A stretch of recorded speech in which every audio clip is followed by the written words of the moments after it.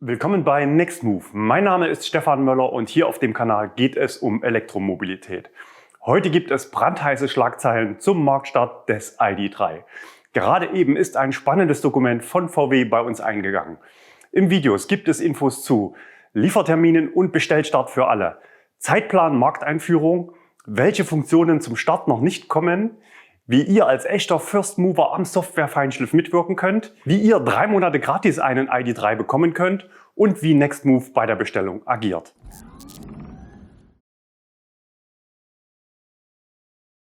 Heute gab es nun neue Infos zum ID.3. Die Reservierung war gegen Zahlung von 1.000 € bisher unverbindlich und jederzeit kostenlos stornierbar, aber jetzt wird's ernst. In einer Woche können die Pre-Booker ihre ID.3 verbindlich beim Händler bestellen. Die Auslieferungen beginnen dann ab Kalenderwoche 37, das heißt in der Woche ab dem 7. September. VW hatte ja die Auslieferungen noch im Sommer versprochen. Ist das noch Sommer?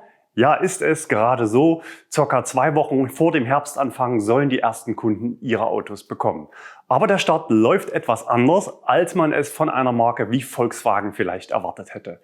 VW gründet einen Next Mover Club. Nein, ich korrigiere, einen First Mover Club. Die Clubmitglieder bekommen ihre Autos schon im September und können an der finalen Entwicklung mitwirken. Die ersten Fahrzeuge werden nämlich mit eingeschränkter Software ausgeliefert. Dazu heißt es bei VW, denn zum Marktstart im September werden die Funktion App Connect sowie Fernbereich des Head-Up-Displays noch nicht aktiviert sein. Also die App und Augmented Reality Funktion laufen noch nicht.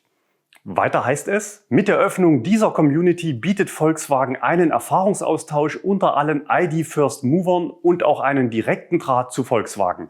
Zum einen wird so direkt auf Kundenanfragen eingegangen, zum anderen werden die gesammelten Alltagserfahrungen und Hinweise der ID.3 Erstfahrer für die Weiterentwicklung genutzt. Offenbar plant VW für die ersten Kunden so etwas wie einen Bug Report Button, wie der bei Tesla über die Spracheingabe funktioniert.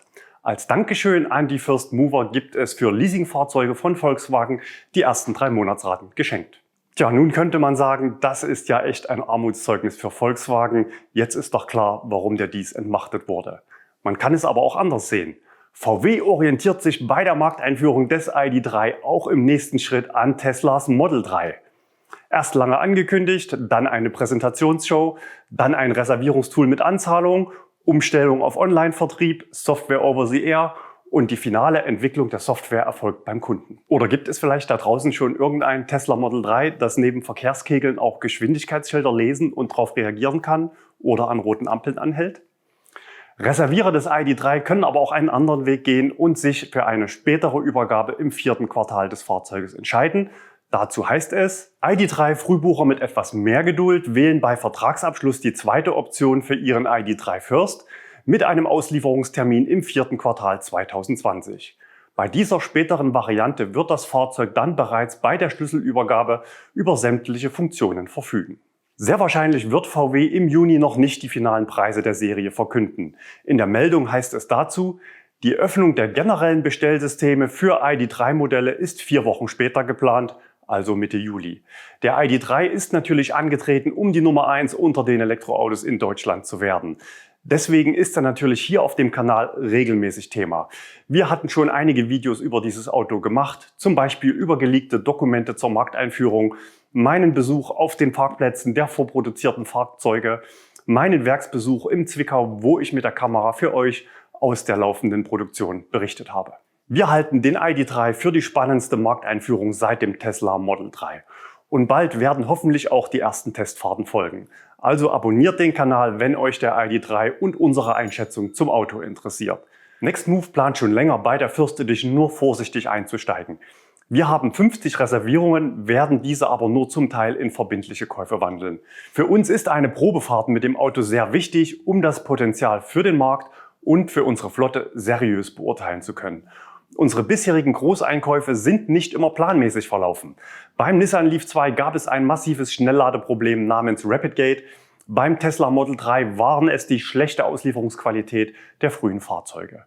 Für uns als E-Auto-Profis durch und durch ist es einfach mal wichtig, 1000 Kilometer mit dem Auto zu fahren, um zu spüren, ob es im Markt fliegen wird.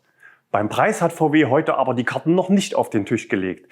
Es werden weiter die bekannten Obergrenzen für die 3 Varianten von 40, 46.000 und 50.000 Euro genannt. Wir erwarten also weiter einen Einstiegspreis für Endkunden nach Abzug des Umweltbonus mit geringerer Mehrwertsteuer von ca. 29.407 Euro.